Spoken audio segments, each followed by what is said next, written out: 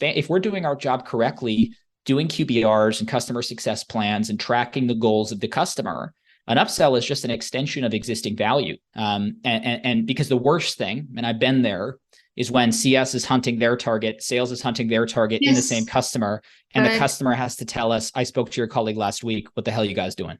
I will say though, CSMs should not be, if they're doing their job right, should not be afraid of having hard revenue metrics put against them. It's better to choose a model that doesn't perfectly work for your organization than have no model at all. So pick something and be super clear on ownership. And then if it doesn't work, change it.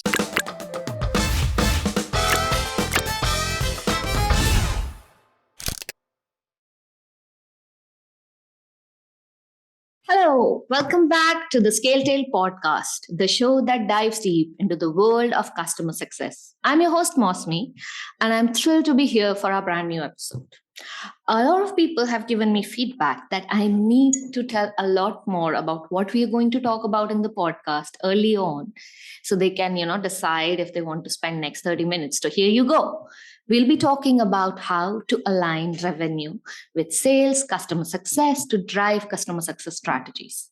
And we'll be addressing the complaints, concerns, challenges that customer success has with sales and try to find a culture of collaboration and conflict. And who best to answer this question than Alex Farmer? So Alex Farmer is a special guest today. He is going to be talking on this topic, and I'm going to complaining to Alex about all the things as customer success people we have. And since he is moving from a CCO role and now he is the CRO of Nezasa, so I think he's in the perfect position to answer those complaints, questions, and probably give us a better perspective of how to create that collaboration rather than conflict. So he's a customer success expert. I know a lot of you already know about him, but let me tell you a little bit more. He's the founder of Customer Success Excellence, and he's experienced in building post-sales team to reduce churn, increase growth at high-growth B2B SaaS scale-ups. He was recognized as a 2021 top 25 CS influencer and 2020 top 100 CS strategist by Success Hacker. And honestly, I've been following Alex for a long time. So for me, he's one of the persons whose posts I read to understand what's going on in customer success and what better I can do in what I work in my day-to-day life.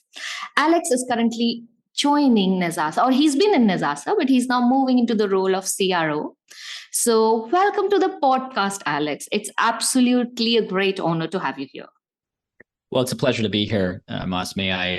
I am delighted to be complained at and to talk about this transition. I will say it's a lot of pressure now because you said people are going to vote with their feet or their ears, let's say, and they maybe don't stick around. But I think it's going to be worth it. Let's find out together. But I'm very excited to talk about this topic. It's near and dear to my heart. So thanks for having me.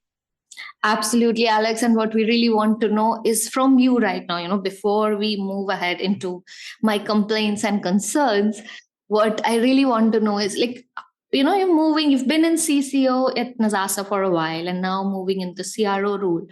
What do you see in the way the team functions, the subcultures, the attitude, the thought process? Like, what is the difference in the culture of the teams and how they function? Yeah, good question. So I've been at Nezasa for 11 months. I've spent 13 months, I should say. I've spent 12 months as the CCO, leading the post-sale team, and now have added the new business organization to my responsibility as our CRO. So it's different title, more work. That's what we like to call it. It's an interesting question, and I think maybe it's worth first mentioning that we're a very small organization. We have about 60 employees. So we don't have these massive kind of silos of, 20 account executives that don't want to talk to, 20 CSMs. We've got 2 CSMs, 2 account executives, 3 people in onboarding and 4 people in customer support. Those are the functions I lead. And then some digital CS and CS operations people thrown in. So there's still kind of this natural camaraderie. We haven't grown large enough to really have kind of big silos, but there definitely has been some changes. I think, from a sales perspective, I always find it quite different, CS and sales, because Sales is incredibly linear. You have a pipeline. The pipeline has been, this process has been established to go from SQL to opportunity to, discovery, presentation, demonstration of value, closure, negotiation and closure. Those stages are very clear, and you can coach directly to what do we say at this stage. It's much more, what's the right word? In some ways, it's much more coachable because we're looking at very finite steps in a journey and saying, here's how to relieve pressure here, here's how to influence there. In customer success, where I spent most of my career, we don't have such a linear funnel. Customer success still is a wide variety of topics, and it's different in most, in every organization, right? Yes. And I think that's definitely one of our challenges in customer success is there's not a clear, I don't want to use the word playbook because I think playbooks are part of the problem, but which I'm sure now I'm complaining to you, and we'll get into that, I'm sure, in just a second. But there's not a clear linear process in customer success, which means we have to kind of start from the business objectives of the CS team. We have to coach, okay, here's how you talk to an executive. Here's how you handle support escalation. The differences or the diversity of challenges or things a CSM needs to do, I think is much wider. And there's a difference right there. But in terms of kind of culture, it is, as you might expect, the sales team is very, they're hunters, right? It's very direct and goal orientated. Whereas customer success, if you're a more technical CSM that's less commercially experienced, you're probably more interested in the complexity of the product and helping the admin. Whereas if you're a more commercial CSM, the commercial side may come more naturally to you. So I think maybe part of the challenge or the difference in subculture is sales, the persona is, the process is better established, so the persona is better established. Whereas customer success is still doing a bit of everything, and you have kind of more a wider variety of coaching needs within that team. I believe I understand what you're saying. I think it's more because sales, the culture and processes and evolving of sales started much earlier. I think those things are still in process in the CS structure. And I'm sure with, people like you moving from CCO to CRO roles, you don't realize probably how important it is for overall customer success globally that a CCO moves to a CRO role, because that actually will bring, I believe, a lot more understanding and a lot more balance between the two teams. Yeah. No, I think you're absolutely right. And, customer success, the large majority of CSMs are new. People are still entering the profession, right? I don't have the statistics, but I imagine the average number of years of experience for a sales account executive versus a CSM is going to be wildly different because sales, you've been doing that for a long time. So you're absolutely right. We are at this continuing journey to maybe specialize, or I'll say professionalize, the customer success role. And I don't mean that we're unprofessional. I simply mean that we've been doing a lot of different things and trying to kind of find our place within an organization. I think now, especially given budgets for new business are reducing, right? And it's all about growth from existing customers in this economic climate. It's our opportunity to apply some of the sales techniques that the sales professionals have learned over the last 20 years and apply them to customer success and blend this kind of value-centric approach that we should have as CSMs. But we have to follow up that value centricity with value for the business that we work for as well. The key difference is that it's value for the customer first that leads to value for the company that you work for. But I think sometimes, which is an important, that's the customer success mindset, right? If I deliver you value, value will come back to me as an organization.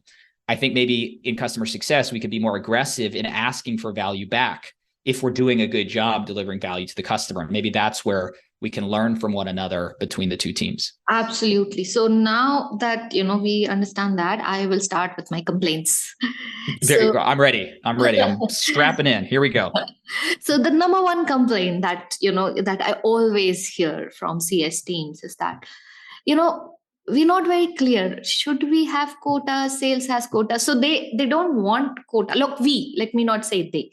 I don't want quota. I don't want that pressure because that will result into me pushing my customers, which should not be the case.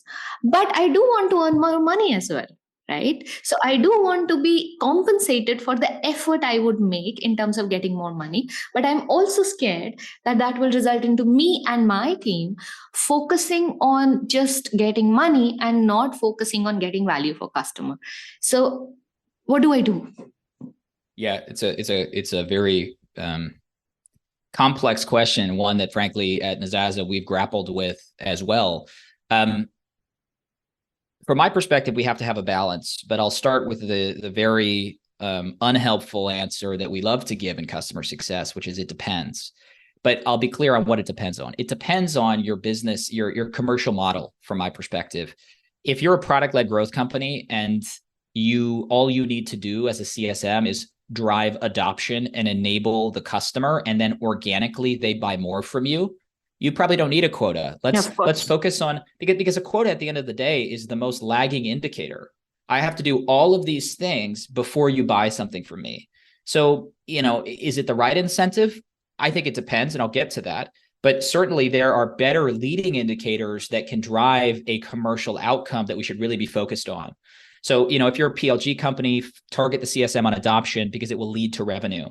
I think that's relatively clear. At Nezasa, to kind of balance the pressure of selling with the trusted advisor status of the CSM, what we do is have the customer success team responsible for renewal and upsell. But the sales team will be called back into a customer if there's a cross-sell opportunity. And that works really well for us because a cross-sell is a sales cycle. I'm trying to sell a new department, a new piece of product, and that's a sale. And I have to step outside of the momentum of delivering value and say, hey, let's do something different, pay me a bunch more money, right? That's a sales process, and we don't want the CSM to be distracted and take their eye off the ball of value, so to speak. But for upsell, it should be an organic expand. If we're doing our job correctly, doing QBRs and customer success plans and tracking the goals of the customer, an upsell is just an extension of existing value. So, okay, customer, Nezasa, we're a travel tech company, and we help travel agencies and tour operators bring their sales of trips online. So you can think of us as an e-commerce company that enables travel agencies and tour operators to sell things online. They might have a goal to grow their revenue by 20% from online channels in a year. And that's on the success plan. And we work with the customer on that. But if I know there's a new product module that they don't have that we think can deliver that 20% growth, then I'm not selling it to them. I'm giving them something that enables them to achieve their objective. So I'll step back a little bit because I'm kind of, it's a very common complaint with a complex answer.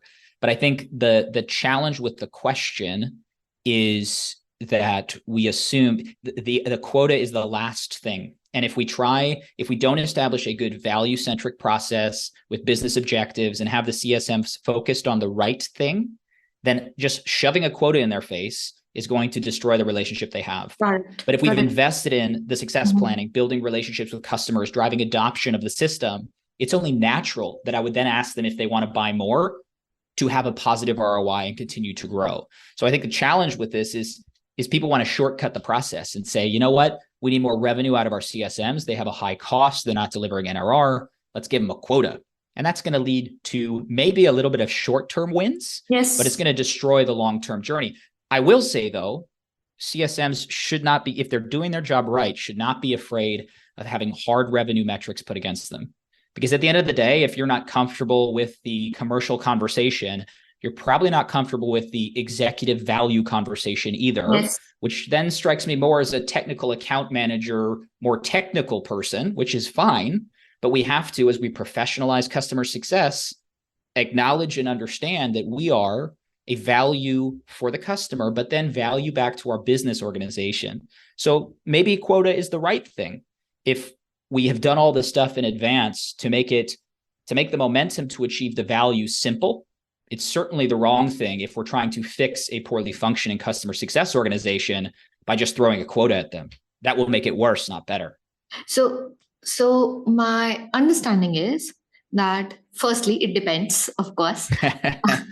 Secondly, is quota is the last step. You start with targets and of course revenue targets aligned with what the kind of your business structure is. And then as you mature as an organization, And if the business requires, then you can think about quota. But the step one is alignment with the revenue. That's in terms of certain targets in your area. Yeah. And just you're right. And just to double down on that quickly, I think when it comes to revenue planning, there's top down and bottom up. And in sales organizations, there's you kind of do both, right? There's the board level, here's the goal we have to achieve, and forecast. It trickles down to the account executives, and then they all say, oh, that's way too much. And we only think we can do this. We do a bottom up view. But the fact is, the reason we focus more top down for new business is we can invest in marketing dollars to drive more, it's a linear funnel. So if I need to achieve this much sales because the board tells me I do, then we'll invest a little bit more in marketing, and we know it will generate more leads for us. I don't think we have the same maturity in customer success, correct? Which we probably need to deliver. But the point I'm trying to make is for customer success, when it comes to setting targets on individual CSMs, I tend to think that should be more of a bottom-up exercise. So we basically say, look, as a customer success organization, our CFO says we need to hit 120% NRR. Team, where is that going to come from? And if you have a CSM that has the same number of accounts than another CSM, and somebody's saying it's going to come from these 5 places, and the other CSM says, I don't know where it's going to come from, to me, that's a performance issue. Yes. And by doing this bottom-up approach, you at least get folks to think more commercially, whether it's just a target or it's a quota. Again, to me, that's the last conversation. It's the question of whether we're doing the things in advance to make it achievable or not, where we really need to be doubling down. So I think the part of bottom up also partly comes into sales process as well when you're looking your existing pipeline, right? Like you would ask your sales that in your existing pipeline, how much are you going to do from what you already have? And then of course you have to top up with what new money will come from the pipeline through marketing or whatever the channel. So small part of bottom up also exists in sales. I think there is a lot because of the frameworks that have existed in sales, and they have matured over the years, with band and medic and challenge sales and all the many strategies. I think that maturity, there is a lot that, in my opinion, that we can learn from sales and adopt in the CS processes. Of course, customize it to our own ways. Yeah. You're spot on, and it then brings me back to this concept of playbooks, right? So in customer success, we like to do QBRs and success plans, and I've mentioned those already to you in our conversation. And as we do them, but we do them well, I think, because you can get very mechanical when it comes to just going through the motions of a QBR. But when we think about a quarterly business review, and Nezasa's, for us, we're lucky. Nezasa's a big enough investment for these customers that our executives will show up because it's one of their biggest investments. So we do have good executive engagement. But, when I speak to the team, we should be applying the same sales methodology to a QBR.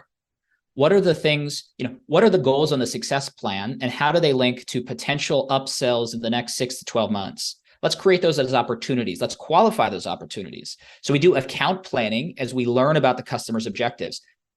But again, if there is nothing to sell them, that customer, then we won't go and force a deal on them because we want to retire some target. We'll go look elsewhere, right? But I think things like QBRs and success plans, when we get the executive in the room, we should be creating slides that educate the customer about the additional value they could receive if they, use this module or did this thing that does happen to require an upsell. So you're absolutely right. These sales techniques where we have clear objectives from our presentations, we should think about the QBR as a sales presentation in some way, or at least a value presentation that at least implies value, not just for the customer, but also for our business. Of course. I think would like to talk to you after 6 months again to understand how you've been able to do this a little bit since you're moving in CRO. I'm sure you'll keep in touch with your CS team and trying to put ideas back in there. So I think there will be a lot more there in 6 months' time. For now, it could be a colossal failure as well, and then I'll come back and talk about how terrible it went. But first 2 months have been okay. Let's just put it like that. Well, win or lose, we will learn something. Indeed. So let me get back to my complaint. So my complaint number 2, sales does not tell me all the information. They give me accounts, and then at times I feel they have sometimes overpromised. sometimes not communicated well, or didn't tell me what the customer wanted, and they didn't fill out the information that I needed. So somewhere when I went to talk to the customer feels lost, that maybe these people don't know. So that kind of, how do I solve it? What a terrible customer experience when that happens. In the sales team, you're building trust with the customer that you very easily destroy by not creating a joined up customer experience. At Nezasa, we're lucky because for three reasons. One, we're small, so we can make changes quite easily within our organization. The second thing is we are an enterprise solution, so we focus much more on value selling and kind of enterprise methodology than a more transactional sale, which means we really need in our sales process to get to the heart of the why. And, we tell customers all the time, potential customers all the time, you know what, based on what you've told me, I don't think we're a good fit, or I don't think you're ready for a tool like Nezasa, but, talk to us in a year potentially, because I think our sales team is well disciplined in investing energy in the right fit customer, which then allows us to have a value-driven conversation. We actually do not do demos for customers at all. We will do proofs of value. So first conversation is discovery, and then we'll play back to the customer in a formal presentation. Here's your business objectives. I actually, for complex enterprise, our largest tier 1 and tier 2 deals, we fill out success plans in the sales process. Wow. That's such an important thing. Yes, absolutely. Because continuity works both ways.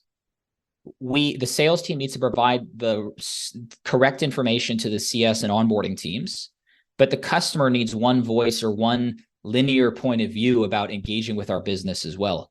So using the success plan as that continuity, where we're planning for the next 12 months with our customer, it makes it a very elegant process to then hand over to the CSM, who doesn't have to explain what it is, who doesn't have to recapture the executive's attention. The first QBR is just the first checkpoint on the success plan that we've already established. So we do the success plan, and then, only then, when the customer says, yes, what you have played back to me is my business challenge, and I believe your solution can solve it for me, then we'll show them how the system can do it, right?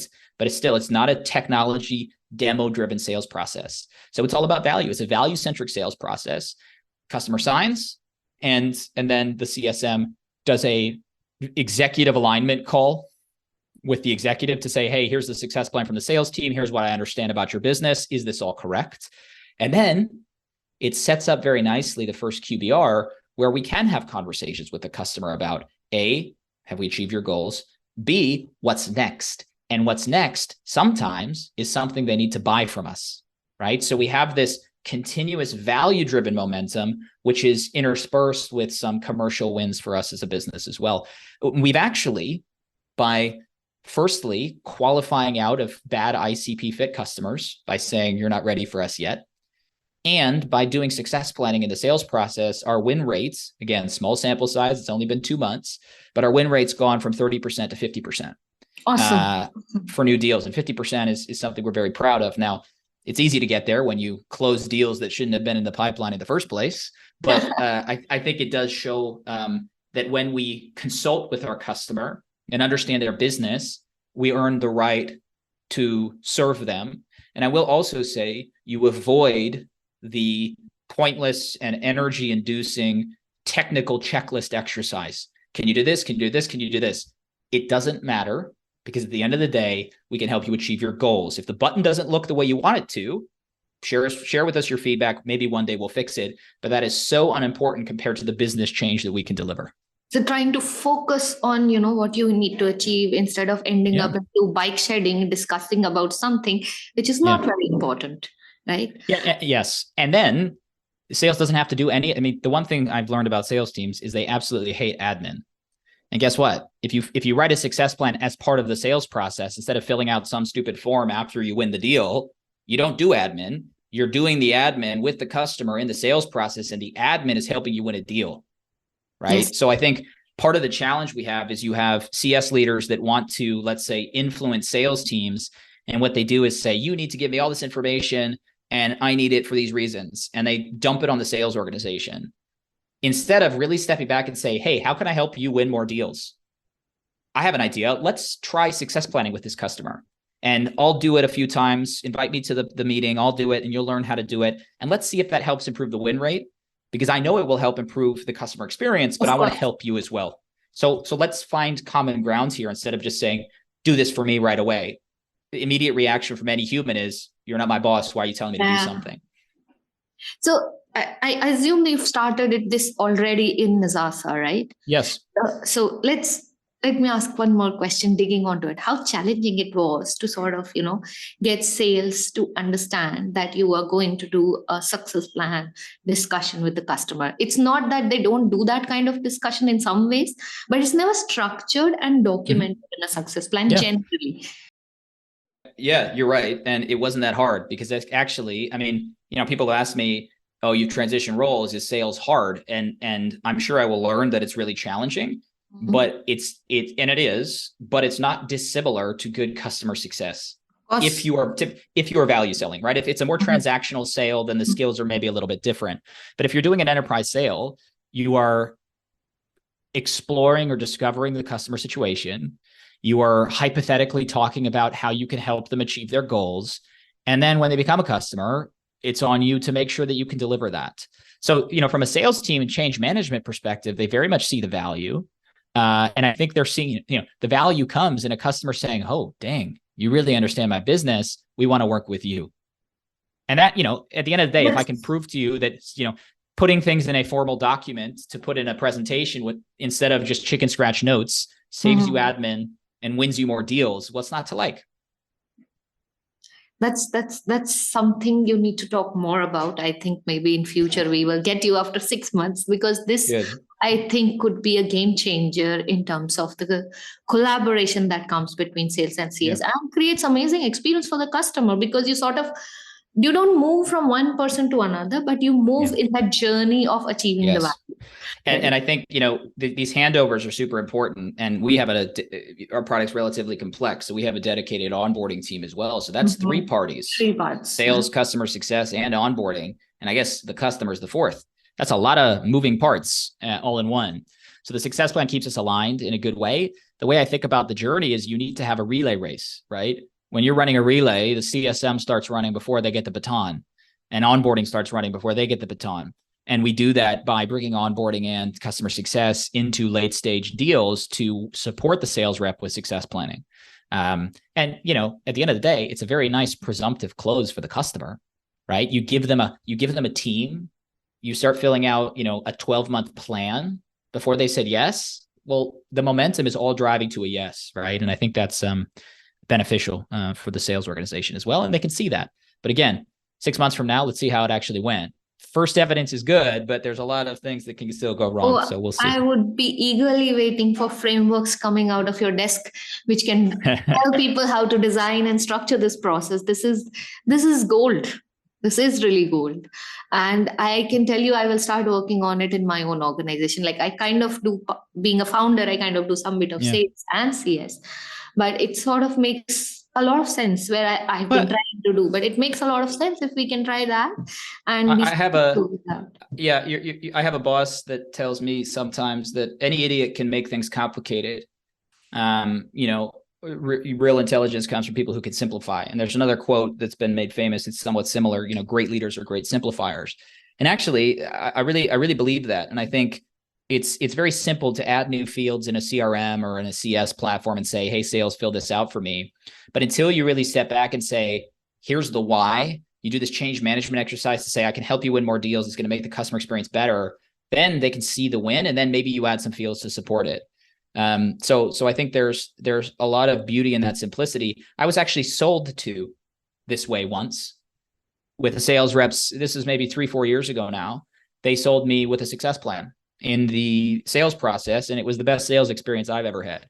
So I guess I've seen it on both sides now, and I think there's real value in.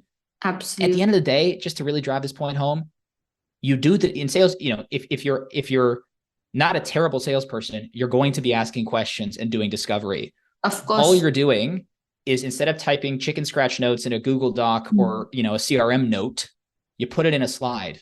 And you make the slide look a little pretty, and then you put it in the proposal deck. That's it. And you validate it with the customer. In the meeting, you show it to them. It's validated. Yes. Everybody's on the Yes. same page. Yes, exactly. And then there's no surprises. Customer signs says, oh, I thought you could do this, not that.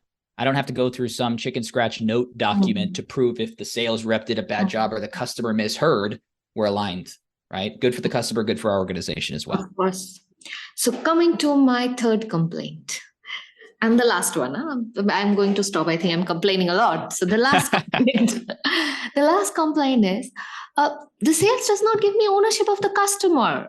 They have given me all the information and I'm talking to the customer, but they feel so much in control that they don't give me option to create my own relationship with the executive, because they're so in love with their customer, then they keep holding on to it. So it's kind of difficult for me to sort of get that communication going. Now, how do I make them understand that I'm not going to make their customer unhappy, but the relationship will get better?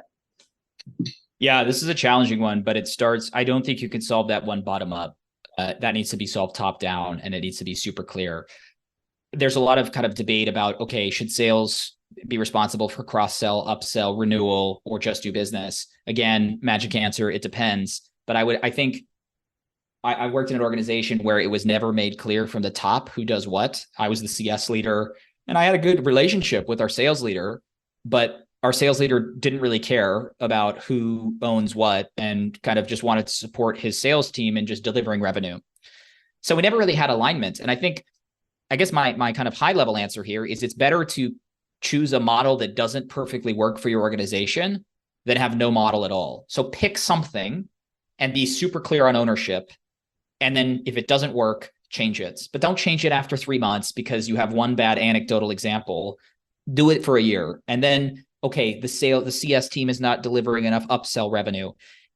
The magic bullet isn't bringing some salesperson in to, rebuild a relationship and helicopter in when there's a deal. It might be a separate account management team that can support the CSM when there is an upsell opportunity, for example. So I think, the first thing for me is being clear on the structure. And that then leads us to a conversation about compensation. So at Nezasa, we're very clear because our product it's built in a way that there's very few there's one thing to cross-sell. There's additional product that we can cross-sell, and there's a bunch of kind of add-on. No, there's actually not. That's not true.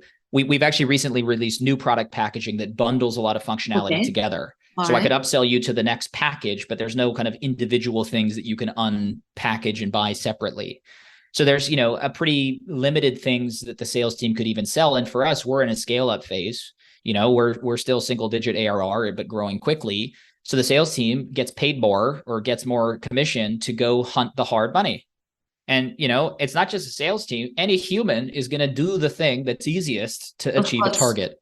So if I'm not clear that your target is new business and a little bit of cross-sell, but no upsell, no renewal, then you're going to go check in with these customers every 3 months, undercut the CSM. You won't take the time to ask the CSM, what's the engagement strategy? You'll just go for it because your job is to hunt and retire your quota. And that's good. But what the organization has failed to do is set up the guardrails to incentivize the account executive to not do that. So from my perspective, it all starts at the top by saying, in our organization, because we're trying to grow quickly, because we're in an acquisition mode, sales is compensated on new business and cross-sell. And that's it. That's what we do at Nezasa. The common complaint is, well, then I'm incentivized to slow a deal down to make it bigger. So I could, for example, to get more commission, right? So if I'm not allowed to upsell, I'm going to wait 6 months to really sell the largest software package instead of starting small and growing, right? So there's an objection because, again, salespeople are going to find that path of least resistance, and that's what we want. So what we do actually is we have some overlap. So sales team gets paid on new business and cross-sell. Sales team gets paid on new business. That's just the sales team that gets comped on that. Makes sense, right? Of course. Cross-sell and upsell is shared. Cross-sell is shared by the CSM and the sales team because the CSM got the customer ready and made them successful to cross-sell in the organization. And upsell is owned and comped only to the CSM team, with one exception. If there is an upsell in the first 6 months of a customer, we double comp So sales gets paid and CS gets paid for two reasons. We don't want to incentivize the sales team to slow play the deal to get a bigger deal. We want to acquire that customer as soon as possible, and they shouldn't lose out because they did spend, 3 to 6 months building a relationship. They shouldn't lose out on that secondary revenue. It's almost like a first sale, right? But the CSM's done a great job working with the customer and should also get paid. So we're super clear on compensation, and that's been a very positive way to drive the right behavior with our teams. And bluntly, if the sales team ain't going to make money by interfering with the customer, they're not going to do it. And if they do, then I would question their, let's say, money motivation and whether they're a proper salesperson or not. Let's say, again, I'm generalizing, but that's my experience. So I think the last thing I'll say is if you don't have that alignment top down, it's almost not worth the energy, right? To try and fix it, because the amount of energy people are wasting trying to align internally on I'll do this and you do that, it wastes a lot of time. And actually, maybe we just need to say, well, we'll organize this later. If the top is not willing to be kind of clear on who does what, let's just say, look, we'll treat individual customers as exceptions. If this customer has a bunch more addressable market, the CSM and the account executive can agree who's going to go after the customer. So if you don't have that top-down alignment, maybe what we need to do is kind of make individual decisions. But the key thing there is customer success and sales pre-align per customer on the right approach. And we get agreement up front. And because the worst thing, and I've been there, is when CS is hunting their target, sales is hunting their target in the same customer, and the customer has to tell us, I spoke to your colleague last week, what the hell are you guys doing? Yeah, because if you don't clarify the direction and align motivations internally, it sort of goes completely negative. Or, you will end up that CS gets to know there is an opportunity to sell, but because they don't have incentives aligned, so they don't care and they don't inform, or they don't take help from sales when it would be more beneficial, because you've just started the relationship. It's been like 3 months. Sales could be able to close it faster, but they don't pass it along because there is no alignment with that value that will come in the organization. So what you're saying is all of this can be sorted if the top executives are able to align everybody's objectives through their motivations, which is money, in terms of how that relationship should work now and in future, which not only helps the right kind of motivation for CS and sales, also for the customer, because they get the best service either from sales or CS. So sales is not to be blamed. We blame the executives. No. Exactly. Blame people like me, blame the bosses. Yes. But I think there's also the counterpoint to that. I don't want to generalize, but I think there's kind of the old way of selling is not particularly value driven, right? And the new way of selling is very value driven. And I think that's the legacy or influence of customer success across businesses, which is great. Maybe old world CROs see a customer success organization that isn't driving enough upsell and say, I've seen enough, give it to the sales team. And I think we have to be careful. I mean, I'm saying executives should make this decision to drive alignment, but it's very easy also to make the wrong decision and look at data on a spreadsheet and say, okay, sales, they're commercial, they can do this. And it's just like we talked about at the top of the conversation around, top down, bottom up with CSMs having quotas. We have to understand the leading indicators. Why is the customer not buying? Well, it could be that our pricing model is not set up in a way for us to drive aggregate upsales with the customer. And a sales team ain't going to solve that. That's just going to be more change the organization has to deal with. That's going to be more change the customer has to deal with. So I think, it's not just to say, it's very easy to say executives need to drive alignment, but I think really what they need to do is truly understand the why, look at the leading indicators as to why we're not closing deals. Are we creating a lot of leads and not closing them? Are we not creating enough leads? We have to do that due diligence and just make sure that we can apply the best skills from each person to apply the best skills to the right phase or focus. And then we can, drive the right outcomes for our business as well. So it needs that level of due diligence and alignment from the top. This knee-jerk reaction of, put the sales team on it. It's not going to solve the problem. It might, give you some quick wins, but then you're going to, not have a sustainable value-centric sales model to drive sustainable expansion. So it's certainly a challenge. And again, as I said to you before, let's see how it goes in the next 4 months. But for now, it's going okay. I think with the changing economic climate the way it is, with investors and putting more focus on understanding the value of retention and understanding the value of creating money or earning money through existing customers and making sure they stick with you, and the long-term value that it brings into the business.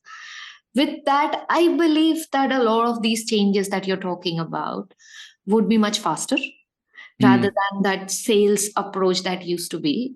And I believe for me, actually, one of the leading indicators of that is somebody who's been a CCO is moving into a CRO role. So they understand that a customer success does understand how to turn revenue with value around. And that is a very strong way of turning the entire sales process also from a value-driven perspective, looking at always longer term rather than this month, this week, this quarter we close as much. It's that world is gone, right? It's not just closing this quarter, but it's making sure the people who come in this quarter stick with us for multiple quarters. Right. And you're absolutely right. I think maybe just two quick things on that. We need to be careful we don't go too far in the long-termism, because also in this economic climate, we do have, boards and CEOs that need to deliver revenue today. So we also have to, we have to balance the long-termism. But I think in some ways, if we over-index on long-term, CS is the non-commercial department that can't hit a target. And we shoot ourselves in the foot while trying to be too principled about the right way to close deals. And I'm not saying you're saying that at all, but I think it can sometimes be a crutch that is then used to hurt us later. And I think what we need to do instead is be more pragmatic. I have a short-term target. Balance. I have a short-term target. I need to do that. But just so you know, business, if I achieve this target, I'm going to have nothing to sell and I'm going to have burned bridges with customers over here. So we have to be a little bit more advanced as CS leaders and show the trade-offs, because it also helps protect us as CS leaders as well. Correct. And just last thing for me as well here, the one you mentioned, alignment on the value between sales and CS. But one of the biggest impacts, I think, that we at Nezasa have really focused on is aligning value beyond those two departments, but also to marketing and product. So this really beautiful thing is happening in our organization where, and don't look yet because we're still working on the new website, but the new website is going to be focused on the most common business objectives from the success plans that we do with prospect and customers. So our marketing is going to speak to those business objectives and goals. The product roadmap and product strategy aligns a bit across those business objectives and goals. And then things get really exciting. You build this value delivery machine all the way from the first time a customer hears about you, because the message that you put out to the market helps the right fit customer raise their hand and say, I have this challenge too. You tailor it in the sales process, you make it happen in the customer success post-sales process, and the product itself does the majority of the heavy lifting instead of the CSM manually needing to, create slides to show the value to the customer. So we have this kind of, once you align the value centricity across the marketing, sales, post-sales, product, or, the whole business, you then start to get the efficiency and economies of scale to make this happen even faster and even more repeatably. But that's maybe I need to come back in 12 to 18 months because that stuff takes a long time. But it's some good first steps. This sounds very exciting, Alex. This sounds very exciting. And, it sounds very simple when you say it, but I know it comes with 10,000 challenges to be able to align all the departments on a value-centric approach. And it's a journey. All the best absolutely. To you. All the best to you. I hope we all can learn a lot more once you have been able to get that going in Nezasa. And we will also learn the pitfalls and challenges that come in your way, so we can all do better in our own businesses. So I would wait. Probably we'll try to talk to you in like 6 months and then again in 12 months to understand where you've been in this journey. But the journey sounds very, very exciting. No, I'm excited as well. And it's, as you say, I think in the future, CS, the old CRO came from sales, and I think the new CRO comes from customer success because we understand that value centricity. So I'm bullish on our function, but we have to take the opportunity. So as I say, hopefully it's positive news in 6 to 12 months, and we'll find out together. Yes, absolutely. Absolutely. Thank you for listening to my complaints. That was very nice of you. And thank you for answering them with all these, amazing concepts and ideas that you're implementing at Nezasa. I think a lot of people would be very excited to learn those things and probably use it in their own ways. So thank you for being here actually on the Scale Tail podcast. And we all have learned a lot of stuff. And we will wait for more amazing things coming from you, Alex, in next year or so. Thanks for having me. Thank you. Thank you very much, Alex. And thank you all the listeners for joining us today in today's podcast. Please follow Alex on LinkedIn, because I believe there's a lot that he's going to share in next few months or so as he goes into his journey. And there's a lot that we all can learn and probably put those valuable things on practice in our businesses in our own small way. So check out Customer Success Excellence as well. It's the first annual award event worldwide that recognizes excellence in customer success profession. And of course, all the links are given in the podcast description. And if you like it, please feel free to follow, subscribe, and we're available on all major podcast platforms, Spotify, Apple, YouTube, and see you in the next episode. Thanks, Alex. Thanks a lot. I think I really enjoyed the conversation. Me too. Thanks for having me. Thank you. Have a good day. Bye-bye.